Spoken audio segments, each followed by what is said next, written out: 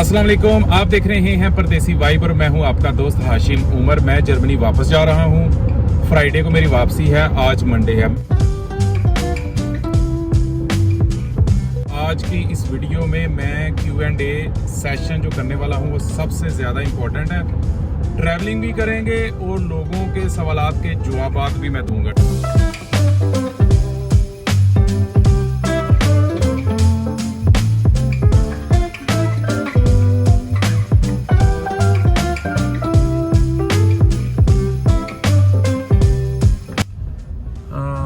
Condor terminal 3, बस मैं इधर ढूंढ लेता हूँ। टर्मिनल 3 यही है ना? यही है कि गलत नहीं। लाइन में लगने से पहले मैं आपको रीज़न बता दूं मैं जर्मनी क्यों जा रहा हूं। सबसे पहले जर्मनी से मुझे निकले हुए 6 महीने पूरे होने वाले हैं, तो जर्मनी में मैंने एंट्री ज़रूर मारनी है।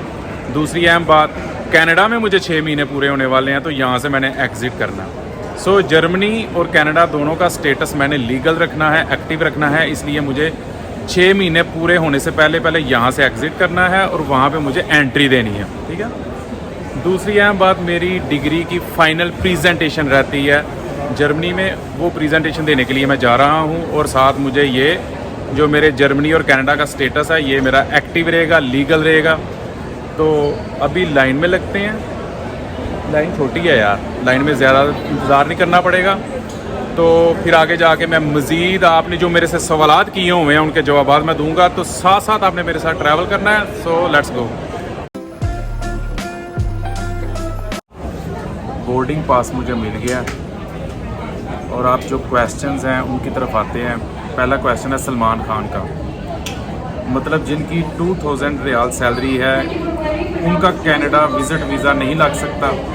देखें, अगर आपने जो फाइनल बैलेंस शो किया, फॉर एग्जांपल 30,000 रियाल शो किया, सऊदी रियाल, तो आपने जो मेन सोर्स ऑफ बैलेंस है अगर वो ये सैलरी शो की है 2000, तो आपका वीज़ा रिजेक्ट होगा, क्योंकि 2000 सैलरी के साथ तो 30,000 नहीं बन सकता। अब आपने 2000 रियाल सैलरी भी रखनी है और वीज़ा कैसे लगेगा, ये एक अलग टॉपिक है। मैं थोड़ा सा एक्सप्लेन कर देता हूँ।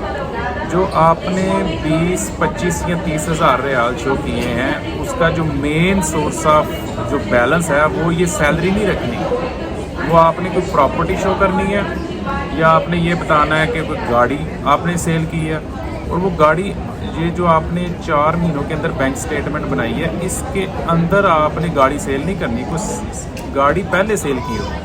इन जो लास्ट 4 मंथ्स में आपने अगर कोई गाड़ी सेल की या प्रॉपर्टी को सेल करके आप बैलेंस बना रहे हैं, तो वो आर्टिफिशियल स्टेटमेंट आ जाएगी। तो आपने दिखाना है कि जो 20, 25, 30 हज़ार सऊदी रियाल बने हैं, ये पहले आपने कोई प्रॉपर्टी सेल की है या आपने कोई गाड़ी सेल की है, तो उसके साथ आप ये 2000 सऊदी रियाल सैलरी लगा सकते हैं। लेकिन आपने ये नहीं कहना कि ये जो 2000 सैलरी है या 3000 या 4000, इवन कि मैं 4500 सऊदी रियाल का भी कहता हूँ, कि ये आपने नहीं बताना कि इसकी बेस पे आपने जो है ना 20, 25 या 30 हज़ार रियाल बनाए हैं। मेन सोर्स ऑफ बैलेंस फिर कुछ और रखना है, या तो आपकी सैलरी 5000 से ऊपर हो, फिर इसको मेन सोर्स ऑफ बैलेंस रखें। समझ आइए ना बात। नेक्स्ट क्वेश्चन है जुहेब का।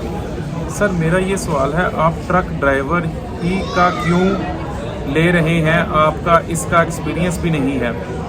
देखें, ट्रक ड्राइविंग का जो लाइसेंस मैंने लिया है, ये ऐसी स्किल है कि आपके पास सिर्फ ये लाइसेंस हो और एक्सपीरियंस बिल्कुल ना हो, तो आपको फ्री LMI ये मिल सकती है, ठीक है। अगर आपके अंदर वो जो 2 स्किल्स मैं बताता हूँ, एक तो professional skills plus job searching skills, तो ज़ीरो एक्सपीरियंस के साथ आपको फ्री LMI मिलेगा, वर्क परमिट मिलेगा और PR जल्दी हो सकती है, फिर सिटीजनशिप भी जल्दी हो जाएगी। तो इस वजह से जो है ना ट्रक ड्राइविंग वाला जो प्रोफेशन है मैं उसकी तरफ गया हूँ।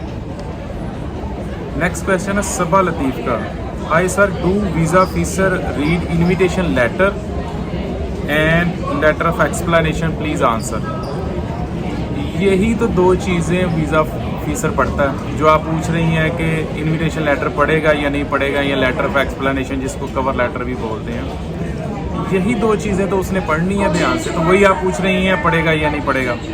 सो इनविटेशन लेटर जब भी आपने किसी से बनवाना है तो आपने मेक श्योर करना है कि आपका जिससे इनविटेशन आ रहा है उसके साथ आपके पास प्रूफ ऑफ रिलेशन हो, आप सेम कॉलेज यूनिवर्सिटी या स्कूल में पढ़ते हो, आपका हमसाया हो, आपका कोई रिलेटिव हो, वो प्रूफ ऑफ रिलेशनशिप कोई मैसेंजर पे जो है ना मैसेजेस वगैरह, कोई फ़ोटोज़ वगैरह एक साथ, तो ये चीज़ें आपने ध्यान से करनी है। इनविटेशन लेटर बहुत सारे लोग मंगवा तो लेते हैं लेकिन उनके पास प्रूफ ऑफ रिलेशनशिप नहीं होता, तो फिर बाद में मसले मसाइल बनते हैं। तो ये 3 क्वेश्चंस हैं।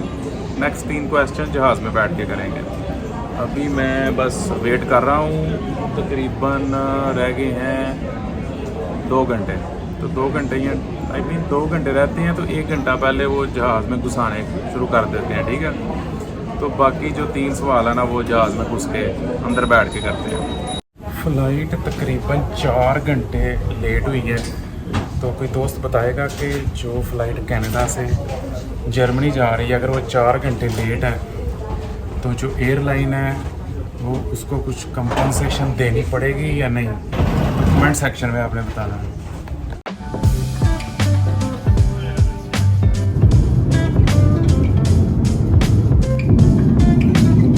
टोरंटो से फ्रैंकफर्ट का जो टाइम था वो था 9 घंटे का। चलिए आपको आज काम की बात बताता हूँ। इतना अल्टीट्यूड यानी कि इतनी हाइट पे अभी जो एयरप्लेन है 11,888 मीटर की हाइट पे है, और जो आउटसाइड एयर टेम्परेचर है वो है -45 degree. Now please take a few moments to read the contents of the safety information card in your seat pocket and thank you. Thank you.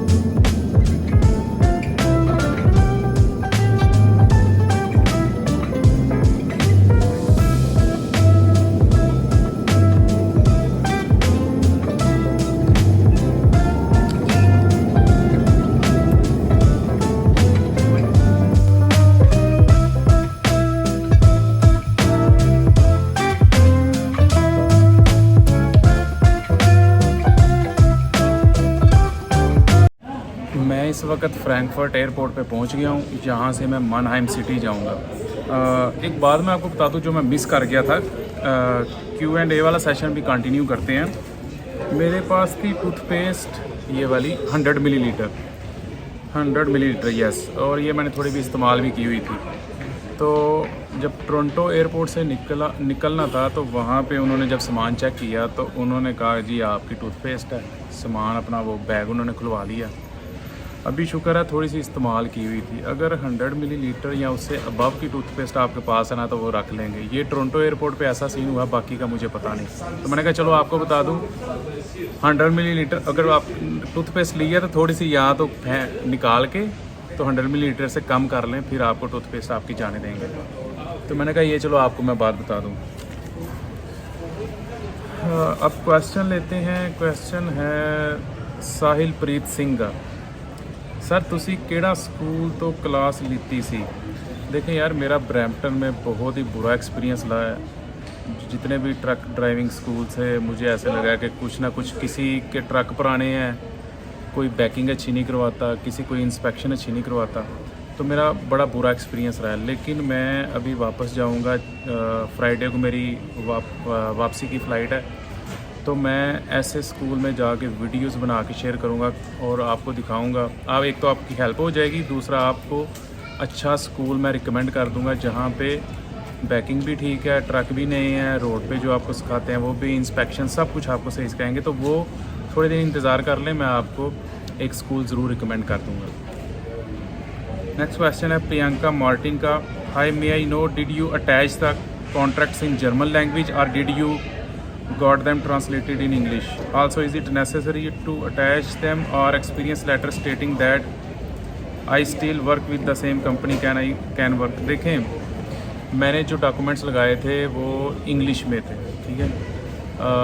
जो बैंक स्टेटमेंट है उसका देखें, वो गूगल क्रोम पे जाके सेल्स प्रिंट प्रीव्यू उसका निकाल लें और गूगल ट्रांसलेट जो है ना वो लगा दें, तो वो तो आपका 4 महीने 6 महीने जितना भी आप बोलेंगे वो आपका इंग्लिश में आ जाएगा। लेकिन जो बैंक स्टेटमेंट है वो तो होगी जर्मन में। अब उसको ट्रांसलेट करवाना है या नहीं करवाना, बिल्कुल नहीं करवाने की ज़रूरत, आप वैसे के वैसे ही लगा दें।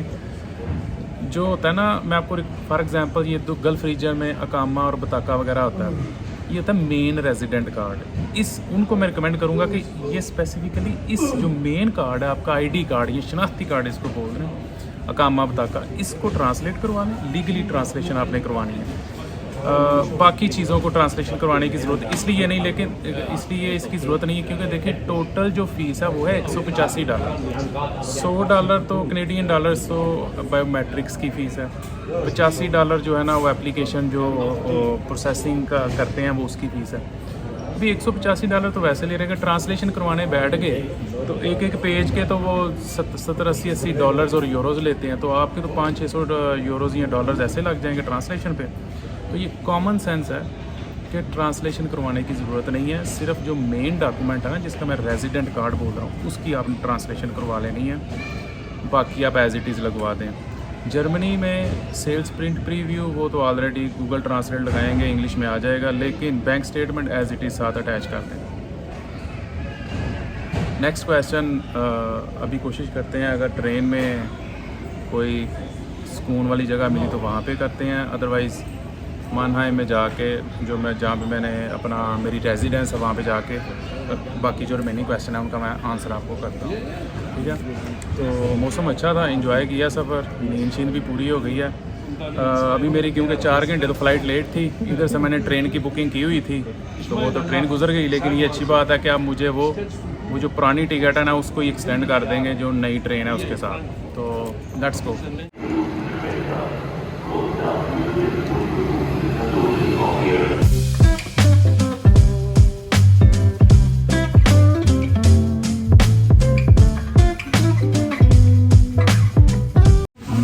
मौजूद हूँ मानहाइम सेंट्रल स्टेशन पे और अभी नेक्स्ट जो क्वेश्चन हैं उनको लेते हैं। अलीम का क्वेश्चन है, अस्सलाम वालेकुम। वालेकुम सलाम भाई, आपने ट्रक का लाइसेंस मैनुअल ट्रांसमिशन वाला लिया है या ऑटोमेटिक ट्रांसमिशन वाला? मैंने ऑटोमेटिक ट्रांसमिशन वाला लिया है क्योंकि वो आसान था, और सेकेंडली ये आप मत सोचें कि मैनुअल ट्रांसमिशन वाला लाइसेंस होगा तो आपको जॉब के ज़्यादा चांसेस हैं, नहीं, ऐसा नहीं है। अभी ज़्यादातर जो ट्रक्स हैं वो ऑटोमेटिक ट्रांसमिशन पे आ चुकी हैं, तो अगर आपके पास ऑटोमेटिक ट्रांसमिशन वाला लाइसेंस है तो आप जॉब आपको मिल जाएगी। रियल स्टेट का क्वेश्चन है, please add this question in your Q&A vlog as no one has asked yet. क्या हम मैनुअल सैलरी स्लिप्स 4 मंथ्स की अटैच कर सकते हैं अगर हमें डायरेक्ट सैलरी अकाउंट में नहीं मिलती कंपनी से? देखिए, अगर आपको manual for example salary slip मिल रही है तो फ़र्क मुझे लगता है आप तो शायद सऊदी अरब से बात कर रहे हैं, तो वहाँ पे सैलरी स्लिप के ऊपर या सैलरी सर्टिफिकेट के ऊपर आप एक गुरफ़ा तजारिया जिसको चैम्बर ऑफ कॉमर्स भी बोलते हैं उनसे स्टैंप लगवा लें। तो क्योंकि वो चीज़, वो डॉक्यूमेंट्स आपने लगाने हैं जो वेरीफाइएबल हों, जिनको जो इमिग्रेशन ऑफिसर है वो वेरीफाई कर सके, ठीक है। तो गुरफ़ा तजारिया यानी चैम्बर ऑफ कॉमर्स से आप स्टैंप लगवा लें। आतिक का क्वेश्चन है, भाई कनाडा एयरपोर्ट पर ट्रांसलेटर बुला सकते हैं अगर किसी की इंग्लिश थोड़ी वीक हो? वो कोई इशू तो नहीं भाई साहब, कोई ट्रांसलेटर उन्होंने नहीं बुलाना आपके लिए, ये तो नहीं आपके लिए स्पेशल बंदा हायर करें वो ट्रांसलेशन के लिए। आप एक इंग्लिश स्पीकिंग कंट्री में आ रहे हैं तो इंग्लिश थोड़ी बहुत तो आपको एटलीस्ट आनी चाहिए। मेजर उनका क्वेश्चन यही होता है कि आप यहाँ पे क्या लेने आए, तो मैंने आपको हमेशा यही बोला कि उनके सामने टिकटें रख दें कि ये मैं करने आए हैं, वो टिकटें जहाँ पे आपने जाना है और जहाँ पे आपने रहना है, तो वो आगे सवाल ही नहीं करेंगे। लास्ट क्वेश्चन है तारक अजीज़ खान का, सलाम वालेकुम सलाम हाशिम भाई, पाकिस्तान नहीं ये सवाल मैं अपनी जाके जहाँ पे मेरी अकामोडेशन है होटल, यानी कि मैंने लिया हुआ है यहाँ पे, होटल तो नहीं लिया, होटल के अंदर एक कमरा लिया, तो ये मैं ज़रा कॉफ़ी पी लूँ, कॉफ़ी पीने के बाद कमरे में जाके लास्ट क्वेश्चन जो है ना उसका आपको मैं रिप्लाई करता हूँ, तो साथ रहिएगा। मानहाइम सेंट्रल स्टेशन से बाहर मैं आ चुका हूँ और मंथली पास मैंने ले लिया है। 49 यूरोज़ का मुझे मिला है। ऑनलाइन ही वो आप DB की ऐप है, वहाँ से ले सकते हैं। अभी जो है ना अनलिमिटेड मैं ट्रैवलिंग कर सकता हूँ रीजनल ट्रेन में। और यहाँ से भी 3 नंबर मैंने ट्रैम पकड़नी है और देखते हैं। ओहो थल्ले आने लगा सही। जर्मनी में मैं अपने रूम में पहुंच गया हूं और लास्ट क्वेश्चन देखते हैं किसका है। तारक अजीज खान का है। सलाम आशिम भाई, पाकिस्तानी बंदे की कितनी पे होनी चाहिए पर मंथ अगर उसके डिपेंडेंट्स में 2 किड्स और 1 वाइफ हो? देखिए 2 डिपेंडेंट्स हो गए बच्चे और 1 वाइफ भी डिपेंडेंट होगी, टोटल 3। तो आपकी मंथली जो सेविंग्स है, सैलरी पेमेंट पे की नहीं मैं बात करूंगा, सेविंग्स जो है वो 1.5 लाख से कम 1.5 लाख से ऊपर होनी चाहिए। ठीक है, तो ये थे सारे क्वेश्चंस। मज़ीद भी आपको मैं इंफॉर्मेशन देता रहूँगा। एक जो लोग क्वेश्चन करते थे कि जब आप 6 महीने पूरे होने वाले हों कनाडा में, तो आप एग्जिट करके फिर एंटर करेंगे तो इमिग्रेशन ऑफिसर वाला पूछेगा कि यार अभी आप गए और फिर वापस आ गए हो।